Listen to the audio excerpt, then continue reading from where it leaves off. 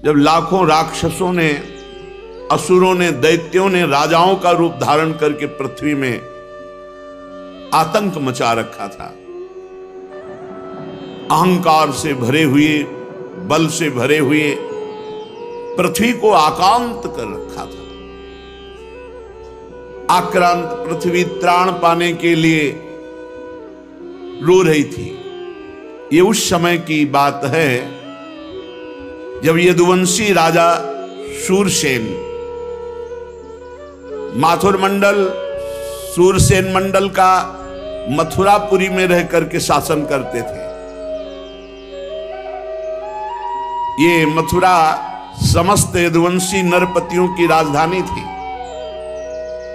मथुरा में सदैव भगवान की उपस्थिति पाई गई है।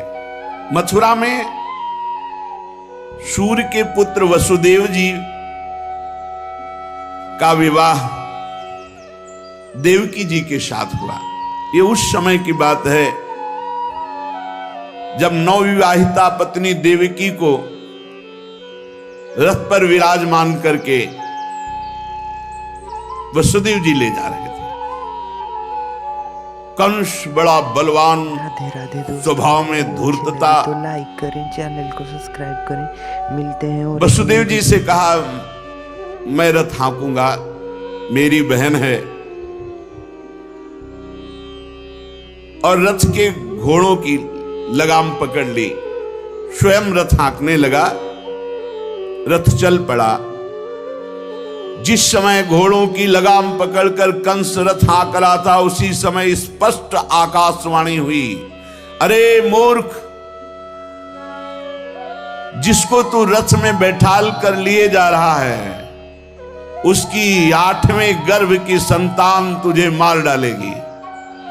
भोजवंश का कलंक आकाशवाणी सुनते ही कूद पड़ा रथ से, मिलते हैं, तलवार खींच ली और बाल पकड़े देवकी के। वसुदेव देवकी के लिए आदेश किया, तत्काल हथकड़ी बेड़ियों से जकड़ करके इनको कैद खाने में डाल दिया जाए और बहुत ही कठोर पहरा लगा दिया जाए। वर्ष वर्ष में जो संतान होती मारता गया, उसे हर बार शंका बनी रहती, पता नहीं वो भगवान किन बालक के रूप में प्रकट हो जाए।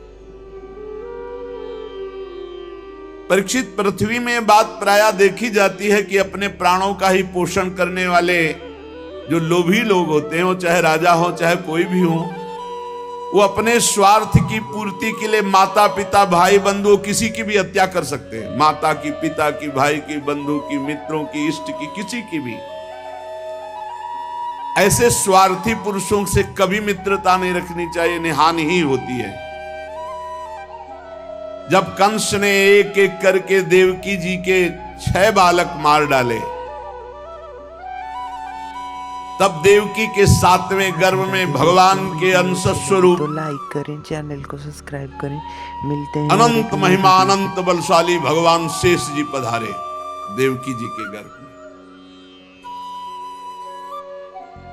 अनंत भगवान जब 7वें गर्भ के रूप में देवकी के उदर में पधारे, बड़ा आनंद।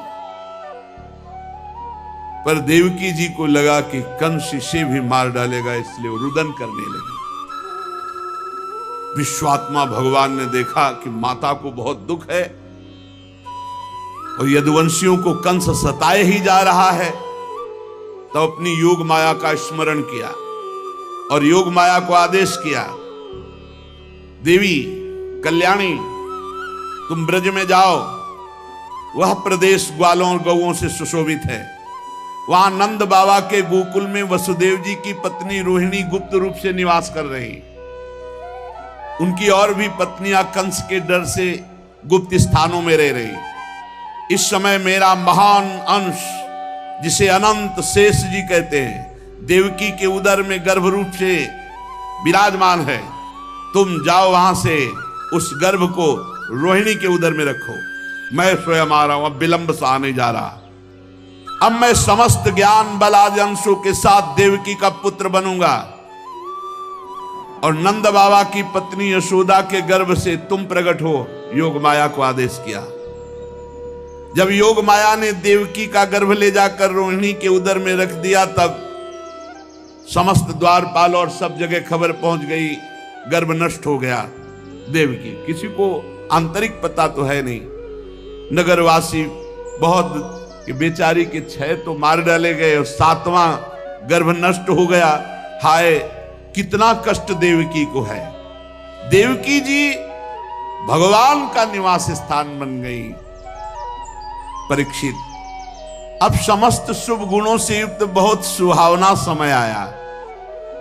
रोहिणी नक्षत्र था, आकाश के सभी नक्षत्र ग्रह और तारे सौम्य हो रहे थे। अब तो काले काले मेघ आकर मंडराने लगे और धीरे धीरे गर्जना करते हैं। भारी वर्षा प्रारंभ। जन्म मृत्यु के चक्र से छुड़ाने वाले जनार्दन भगवान का अवतार समय निशीत रात के 12 बजे। उसी समय सबके हृदय में विराजमान भगवान देवरूपिणी देवकी के सामने प्रकट हुए। श्री भगवान ने कहा, देवी, स्वयंभू मनवंतर में जब तुम्हारा पहला जन्म हुआ था, उस समय तुम्हारा नाम था प्रश्नी और ये वसुदेव श्रुतपा नाम के प्रजापति थे। तुम दोनों के हृदय में बड़े ही शुद्ध भाव थे।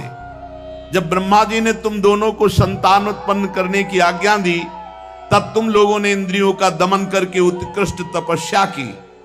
तुम दोनों ने वर्षा, वायु, घाम, शीत, उष्ण आदि काल के विभिन्न गुणों को सहन किया और प्राणायाम के द्वारा अपने मन के मल को धो डाला। तुम दोनों ने सूखे पत्ते खाकर फिर हवा पीकर केवल तपस्या की। अभीष्ट वर प्राप्त करने की इच्छा से मेरी आराधना की। कितना कठिन तप। मुझ में चित्त लगाकर ऐसा परम दुष्कर घोर तप करते हुए देवताओं के 12,000 वर्ष व्यतीत हो गए। पुण्यमयी देवी, उस समय मैं तुम दोनों पर प्रसन्न हुआ, क्योंकि तुम दोनों तपस्या, श्रद्धा, प्रेममयी भक्ति से अपने हृदय में नित्य निरंतर मेरी भावना की थी।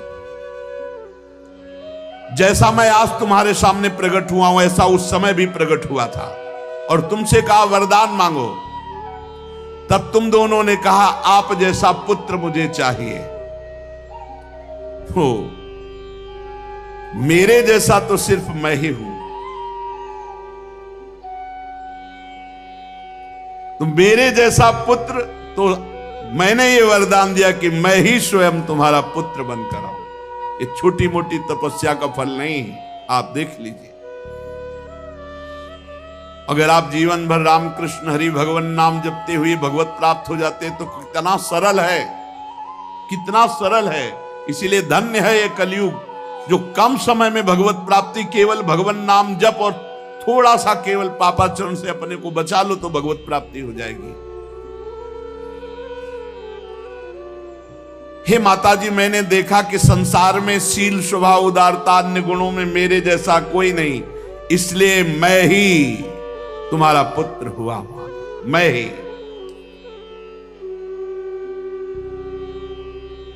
प्रश्न गर्भ से, वामन रूप से, और इस समय तुम देवकी वसुदेव हुए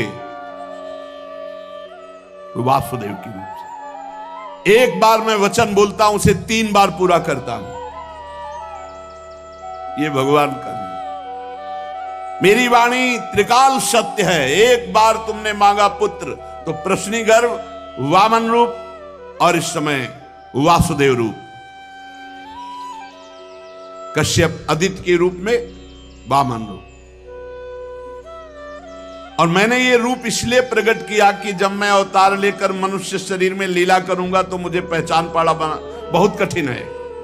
इसलिए तुम लोग ध्यान रखना मैं कौन हूं।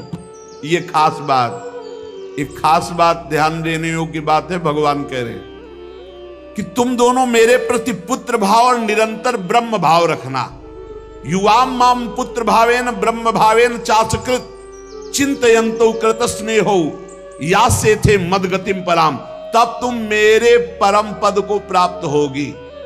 चिंतनीय कौन है गोपाल जी, कौन है लाल जी? कह रहे तुम मेरे प्रति पुत्र भाव और निरंतर ब्रह्म भाव, इस प्रकार के चिंतन द्वारा तुम मेरे पद को, मेरे प्रिया प्रीतम है कौन? देखो हित सजनी जो नहीं कह रहे, जैसे हित हरिवंश करत अपनो जस प्रगट अखिल ब्रह्मांडन, अखिल ब्रह्मांड के अधिपति हैं, पर ब्रह्म परमात्मा तत्व की उपासना हो रही। हमारा भाव है कि वो हमारे यार हैं, हमारे मित्र हैं, हमारे पति हैं, हमारे पुत्र हैं, हमारे स्वामी हैं, जो भाव रख सके, लेकिन है कौन? इसीलिए शांत भाव है। शांत भाव में पूर्ण तत्व ज्ञान हो जाता है। भगवान इतना कहकर चुप हो गए और अपनी योग माया से देखते देखते एक छोटे शिशु के रूप में नीलमणि वसुदेव जी ने देखा भगवान तो बाल रूप हो गया। अब तो और डर लगा, कहीं कंस को पता चल गया और तलवार लिए हुए आवे कुछ अमंगल करे। बहुत घबरा गए और भगवान ने कहा कि मुझे गोकुल पहुंचाओ, नंद बाबा के यहां सुधा मैया के पार्श्व में सुला के आओ। मुझे तुम्हें डर लग रहा है, मैं मारूंगा इसे, पर अभी मुझे पहुंचाओ वहां। भगवान की आज्ञा का पालन करने के लिए जो ही चेष्टा की, ध्यान दीजिए, भगवान की आज्ञा का पालन करने के लिए जो ही चेष्टा की तो अपने आप हथकड़ी बेड़ियां कट गई। माया की हथकड़ी बेड़ियां कट जाएंगी जो ही भगवान की आज्ञा का पालन कर।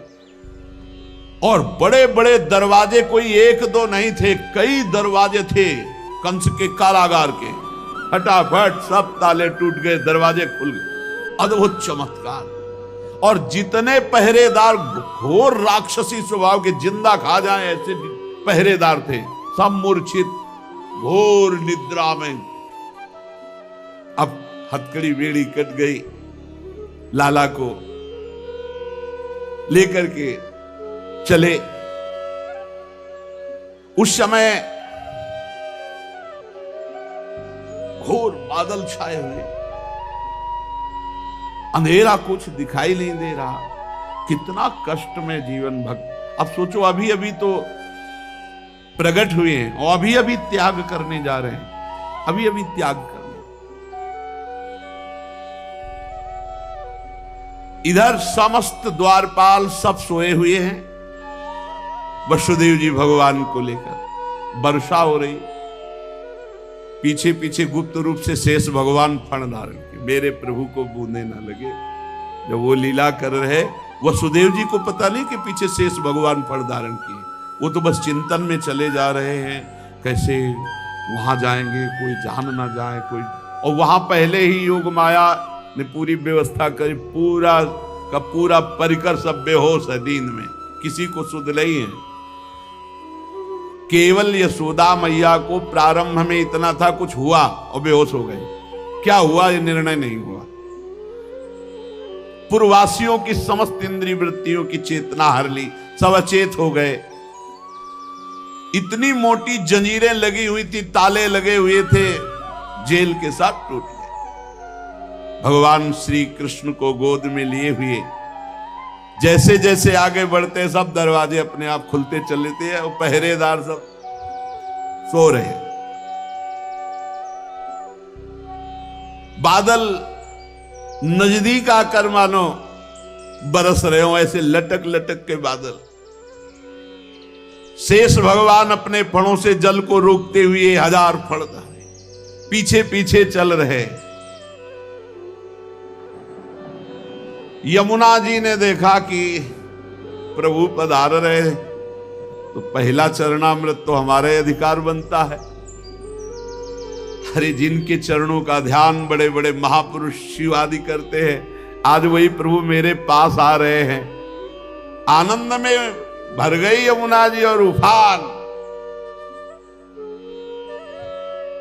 यमुना जी ने जब उफान आनंद का लिया तो वसुदेव जी के प्राण बहुत घबरा रहे हैं कि अब क्या करें, लौट सकते नहीं, कोई नौका आदि है नहीं। चलो प्रभु ने आज्ञा करी है तो वही देखेंगे।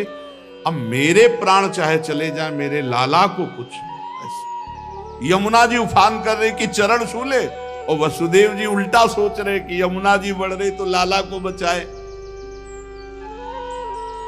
देखो ये समर्पण है, मेरे प्राण भले चले जाए, बस आज्ञा का पालन, प्रभु को पहुंचाना है और सुरक्षित पहुंचाना है। यमुना जी ऐसे थपेड़ जोर जोर से बढ़ रही, भगवान ने कहा बाबा तो और ऊपर उठाते चले जा रहे, तो यमुना जी और बढ़ती चली जाएंगी। एक श्री चरण बड़ा, ये वसुदेव जी को पता नहीं, जो ही यमुना जी को श्री चरण प्रभु के स्पर्श हुए तो तुरंत नाभिभर हो गई और ऐसे एकदम शांत। वसुदेव जी बाबा के नगर में गोकुल में गए तो डर रहे थे कि कोई देख न ले, लेकिन वहां कोई देखने वाला था, सब सोए हुए थे। उन्होंने अपने पुत्र, अब वो ऐसे देख रहे थे और जहां सुलाया तो वहां भी पुत्र था, पार्श्व में योग माया और वही पुत्र। भगवान के इस अवतार में दो अवतार हुए, एक हुआ चतुर्भुज नारायण भगवान का अवतार जो वसुदेव देवकी के सामने, और एक हुआ पीछे आपने सुना है नंद बाबा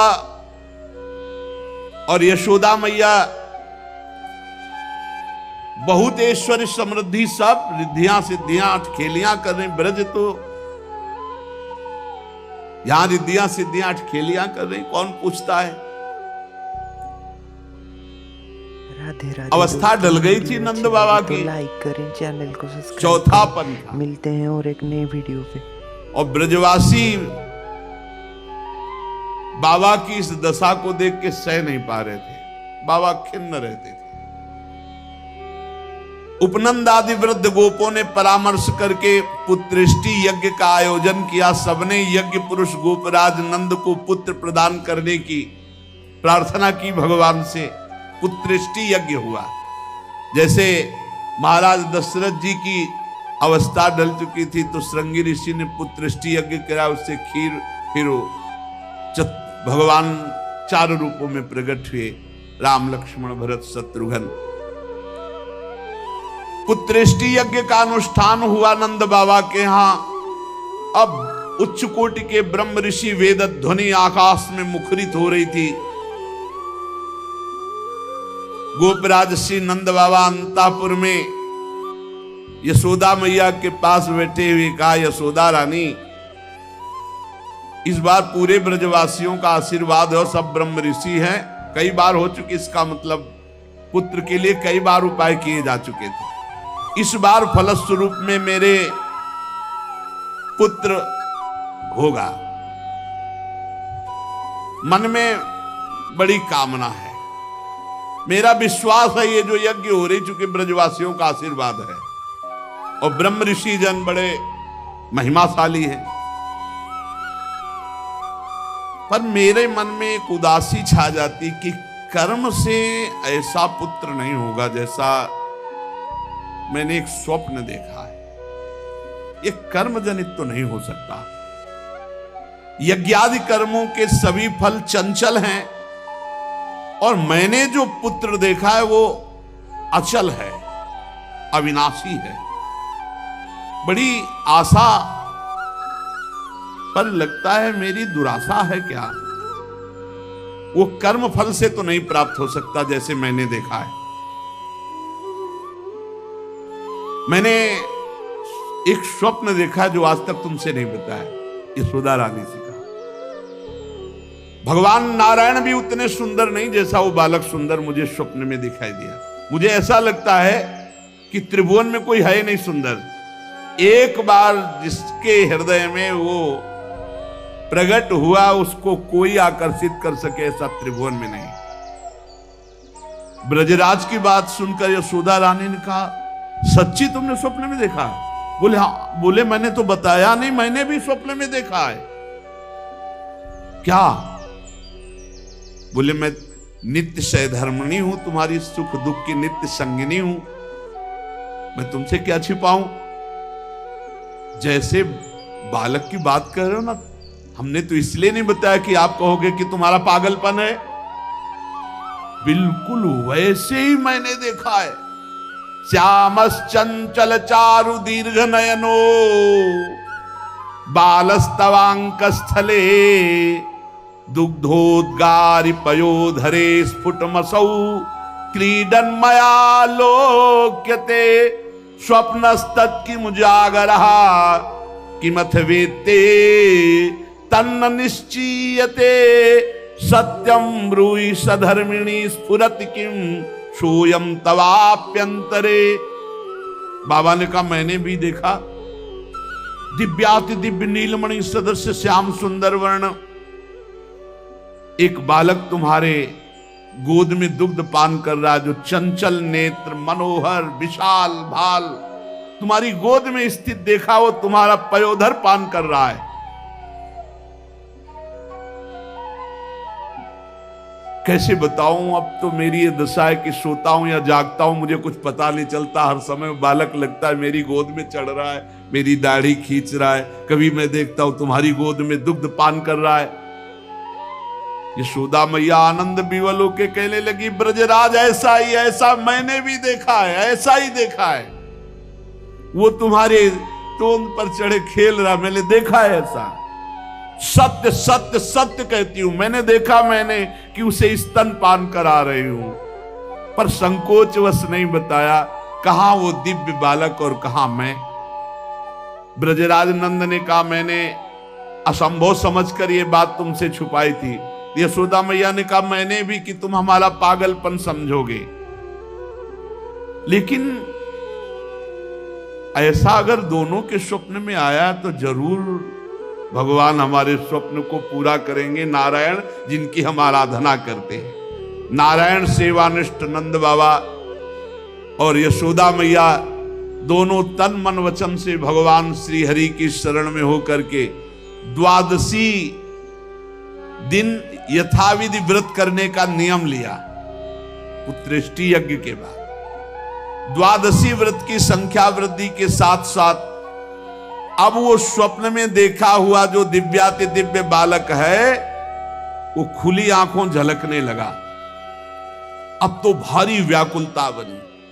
व्रतानुष्ठान सर्वांग पूर्ण संपन्न हुआ तो एक दिन देखा कि स्वप्न में भगवान श्री हरि आए और मधुर वाणी में बोले, अहो मयि अभिषक्तौ भक्तौ कथम निर्विद्य खिद्ये थे योषावतसी कुसुम सुषुमः सुकुमारः कुमारः सष्ट्देवान् भवतोर्भवतोः कुमारतया स्फुरति सातु सदा भवतो रेवानुगतः प्रतिकल्पम स्वभक्ति प्रवर्तनाय दिविमत प्रवर्तित द्रोण धरा रूपांश कलावतोः तद्भूरि भाग्यम इत्यादि रीत्या ब्रह्मादलभ्य साक्षात् तत्फल साक्षात्काराय स्वयमेव पृथिव्यां भवतोर्भवतोरेव भवं लभत एव अचिरादेव रुचिरा रुचिरेशा युवयोः सफलतां बलिता। यह आदेश हुआ, नंदेशोदा तुम मुझ में आसक्त और मेरे परम भक्त हो, तुम इतने खिन्न क्यों हो रहे हो?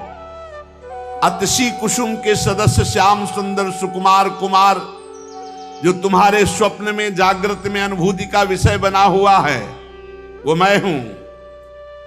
निकुंज विलासी श्री ठाकुर जी ने कहा, जगत में वात्सल्य प्रेम का प्रचार करने के लिए मेरी प्रेरणा से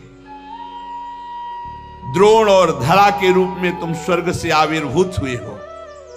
कल्पों तपस्या की है मेरी प्राप्ति के लिए, जो ब्रह्मादि के लिए अलभ्य है। सौभाग्य है कि वो तुम्हें प्राप्त हो रहा है। उसी फल का आस्वादन करने के लिए अब तुम तैयार हो जाओ। चिंता मत करो गोपराज, मैं प्रकट होने वाला हूं। समझिए, वहां देवकी वसुदेव के यहां चतुर्भुज भगवान नारायण और यहां निकुंज विलासी श्री ठाकुर जी। श्री यशोदा जी बहुत आनंदित रहने लगी। तो एक दिन समस्त ब्रजवासियों ने देखा कि एक अर्धवृद्धा तपस्विनी स्नातक ब्राह्मण बालक को लिए गोपराज नंद की सभा में पधारी। इतनी तपस्विनी तेजस्विनी सब ब्रजवासी खड़े हो गए और आसन देकर प्रणाम करके पूछा, देवी आप कौन हो? आज तक तो आपको देखा नहीं। आपको देखने पे लगता है साक्षात भगवान की योग माया शक्ति हो। ये बालक कौन है? नारद मुनि जैसा दिखाई देता है। आप परम हम ब्रजवासियों का कल्याण करने के लिए पधारी हो। गोपराज के सभासदों की बात सुनकर तपस्विनी ने मुस्कुराकर कहा, मेरा नाम पौर्णमासी है। मैं महान तपस्विनी और दैवज्ञा हूं। तीनों काल का मुझे ज्ञान है। और ये जो बालक है, तुमने कहा नारद जी जैसा, इसका नाम मधुमंगल है। ये बालक स्नातक है। इसका दर्शन करके नारद जी का स्मरण होना उचित ही है। ये संपूर्ण वृत्ति नारद जी वाली ही रखता है। तपस्विनी की बात सुनकर गोपराज सभा के सदस्यों ने हाथ जोड़कर पूछा, देवी हम आपकी सेवा करने योग्य बिल्कुल ही नहीं है। इस पर भी आपने हम लोगों पर महती कृपा की। मेरी कुछ समझ में नहीं आ रहा कि आप यहां क्यों पधारी। तो उन्होंने कहा, तुम लोगों को पता नहीं, एक अनिर्वचनीय महासौभाग्य उपस्थित होने वाला है, इसलिए मैं यहां आई हूं। सबके पूछने पर पौर्णमासी ने बताया, तुम लोगों के प्राणाधिक प्रीतम गोपराज नंद के यहां एक पुत्र होने वाला है जो अखिल जगत को आनंद सिंधु में निमग्न कर देने वाला होगा। पौर्णमासी की बात सुनकर सभी परमानंद में उल्लसित पुलकित गदगद वाणी से कहने लगे, देवी आपके शुभागमन से हमारा ये ब्रज जो है महान तीर्थ हो गया। आपके लिए कृष्णांतिके यमुना जी के समीप हम एक पर्णशाला कुटी बना देते हैं। ये बात जब पौर्णमासी जी ने सुना तो उन्होंने कहा, ठीक ठीक, कृष्णांतिके अर्थात कृष्ण के समीप, ठीक तुम्हारी बात निकल गई। जो बालक होगा उसका नाम कृष्ण होगा। तस्मिन् जातवदि निर्दानवता पृथिव्याम भविष्यति तदीय गुणे सदानवता सगुणता विद्यादि प्रबंधे तत्संबंधे तो निर्गुणता सकिंचनता विषय संपत्तौ तद भक्तौ तो निष्किंचनता इत्यादिकं विरुद्धाय मानमपि सर्वैरनुरुद्धं करिष्यते। नंद नंदन के रूप में स्वयं प्रभु पधार रहे। पौर्णमासी देवी कालिंदी तट के समीप पर्णशाला में भगवान के दर्शन की अभिलाषा से निवास करने लगी। पौर्णमासी देवी देवर्षि नारद जी की शिष्या और श्री कृष्ण के आगे जो गुरु बनेंगे संदीपनी जी, उनकी माता हैं। संदीपनी मुनि की माता हैं ये पौर्णमासी देवी। ये महान शक्तिमती थी और श्री कृष्ण की मधुर लीला को सब प्रकार से जानती थी। भगवान की लीला का आनंद बढ़ाने के लिए मस्खरे मनसुखा के रूप में वो मधुमंगल। तो भगवान का जो ऐश्वर्य में अवतार हुआ वो जेल में, और जो माधुर्य में अवतार हुआ ये नंद बाबा के यहां। तो जो ऐश्वर्य में अवतार वापस गया, तो आप देखिएगा अक्रूर जी के साथ अक्रूर जी ने देखा जल में डुबकी लगाकर शेष सैया पर चतुर्भुज नारायण सेन, और हमारे द्विभुज मुरली मनोहर वृंदावनम परित्यज्य पादमेकम न गच्छति, वो कभी यहां से नहीं गए। जो गए तो देखो यहीं से निकलते ही चतुर्भुज हो गए। मथुरा में चतुर्भुज, द्वारिका में हमारे द्विभुज मुरली मनोहर नंद यशोदा के लाड़िले, वो कभी एक कदम ब्रज से बाहर नहीं गए। तो वहां योग माया के द्वारा नंद बाबा को यह पता ही नहीं चला कि हमने लाला में लाला का समर्पण किया, और पार्श्व में देखा, कन्या उठाया और आ गए। जे ही आए तो जैसे जैसे दरवाजे में प्रवेश करते जाते वैसे वैसे जंजीर ताला सब फिट, और जो ही वहां गए और देवकी जी की गोद में उस कन्या को तेवी हथकड़ी बेड़ी जकड़ गई। योग माया के आते ही दरवाजे बंद, हथकड़ी बेड़ी जकड़ गई और पहरेदार जग गए और कन्या जोर जोर से रोने लगी। जो साक्षात भगवती है। पहरेदार भागते हुए गए, कंस से कहा महाराज 8वीं संतान उत्पन्न हुई। अब तो कंस के होश नहीं, वो तो जैसे पागल हो चुका, बाल बिखरे हुए कई जगह गिरा, दौड़ता हुआ आया, दरवाजे खोले गए। बड़ी घबराहट है, बाल बिखरे हुए, बड़ा भयानक रूप कंस का। जग गए और पैर पकड़ा और कन्या को हाथ जोड़ रही देवकी जी ने कहा भैया मारो मत। आकाशवाणी हुई थी कि पुत्र होगा, ये तो कन्या है, स्त्री जाति है, अभी बच्चा है, आप क्यों मार रहे हो? भैया तुम तो बड़े कृपालु हो, और देखो हमारे कई बच्चे मार डाले तुमने, अब एक कन्या बची, इसे तो दे दो, मैं तुम्हारी छोटी बहन हूं, बहुत दीन हूं। बड़ा प्रार्थना की, लेकिन वो देवकी जी रोती रही, पैर पकड़ करके कन्या को एक चट्टान पर मार। और ये कन्या कोई साधारण कन्या तो थी नहीं, आद्या शक्ति महाभगवती। हाथ से छूट गई और सामने आकाश में देखा तो 8 आयुध, दिव्य माला वस्त्र चंदन मणिमय आभूषणों से विभूषित, धनुष त्रिशूल बाण ढाल तलवार शंख चक्र गदा। देखा सिद्ध चारण गंधर्व अप्सरा किन्नर सब स्तुति कर रहे अंबा की। और उस समय देवी ने कहा ए मूर्ख, तेरी सामर्थ्य नहीं कि तू मुझे मार सके, और तू जिसे सोच रहा है ना कि मैंने मिटा दिया, अरे तेरे मारने वाला पैदा हो चुका है। निर्दोष की हत्या करने वाले, अब तू बच नहीं सकता, कहीं भी भाग के जा, तेरे मारने वाला आप कंस के दिमाग में आया कि संतान तो 8वीं पुत्र होनी थी, पैदा हो चुका, ये आकाशवाणी झूठ कैसे बोल सकती? तो पैदा तो देवकी के यहां ही होना चाहिए। बड़ा आश्चर्य हुआ। फिर उसने हाथ जोड़ा देवकी वसुदेव जी की, व्यर्थ में हमने आपको कष्ट दिया आकाशवाणी, आप मुझे क्षमा कीजिए बहनोई जी और बहन जी।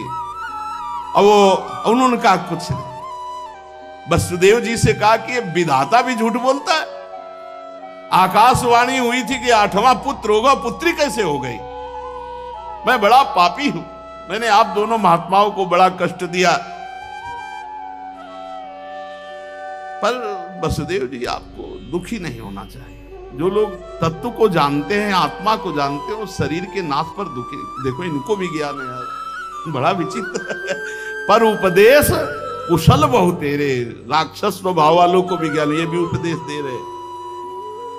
वसुदेव जी ये शरीर को जो आत्मा मान बैठते हैं, इसी उल्टी बुद्धि के कारण ये एक दूसरे से बैर और राग द्वेष कर लेते हैं, जन्म मृत्यु को प्राप्त होते हैं। यद्यपि मैंने तुम्हारे पुत्रों को मारा, फिर भी ज्ञान के द्वारा देखो कौन किसको मारता है। बड़ा सुंदर ज्ञान दे, अभी बताएंगे ठाकुर जी आके तुम्हें कौन किसको मारता है लौट के। ये जो अपने स्वरूप को भूले हुए हैं लोग, इसीलिए मैं मरने वाला हूं, मैं मारता हूं, ऐसा मैं दुख भोग रहा हूं, ये मेरे को दुख देने वाले घोर अज्ञान की बात। कोई किसी को मारता नहीं, कोई किसी को दुख नहीं, जीव अविनाशी है, शरीराभिमान के कारण ऐसा। फिर भी मैं क्षमा चाहता हूं आपसे। वसुदेव जी के चरण पकड़ा, देवकी जी ने कहा भैया भैया बस पैर छूने की जरूरत नहीं है, आप खुशी रहो। यह आपने बताया नहीं कि अज्ञान के कारण ही, शरीराभिमान के कारण ऐसा होता है, अपने और पराये का भेद। बस बस आपका इसमें कोई दोष नहीं है। जब वसुदेव और देवकी जी ने इस प्रकार, तो कंस वहां से अनुमति लेके चला गया और बुलाया पूरे परिकर को और कहा योग माया ने जो कहा है वो झूठा नहीं हो सकता। 8वीं संतान पैदा हो चुकी है मारने वाली, तो ये लड़की नहीं हो सकती, ये पुत्री नहीं हो सकती, कुछ है, प्लानिंग करो। वो कह रहे पैदा हो चुका तो ब्रजय में होगा। कंस के मंत्री जितने थे वो कंस से भी ज्यादा बुरे स्वभाव वाले थे। उन्होंने कहा महाराज आज्ञा करो, ब्रज 84 कोस में आज से लेकर 10 दिन तक जितने भी बालक हुए सब मार डालेंगे हम लोग। बड़ा प्रसन्न हुआ इसका प्लान कि सबका नाश, और भगवान पहुंच चुके हैं यहां से ईश्वर स्वरूप, और यहां से ब्रज के लाडिले ठाकुर कभी बाहर नहीं गए, पक्का मानना। कभी ये जितने संत जन ऐसे थोड़ी जी रहे हैं, पूरी भावना में नहीं जी रहे भाई। छिन छिन बिहरत संग, छिन छिन निरखत प्रेम भरे, छिन जस कहा तभंग। अब जब मैया के नेत्र खुलेंगे, लाला को देखेंगे तो उत्सव मनाएंगे, वो कल अपने लोग फिर उत्सव मनाएंगे। श्री राधा वल्लभ लाल। राधे राधे दोस्तों, वीडियो अच्छी लगी तो लाइक करें, चैनल को सब्सक्राइब करें। मिलते हैं और एक नए वीडियो पे।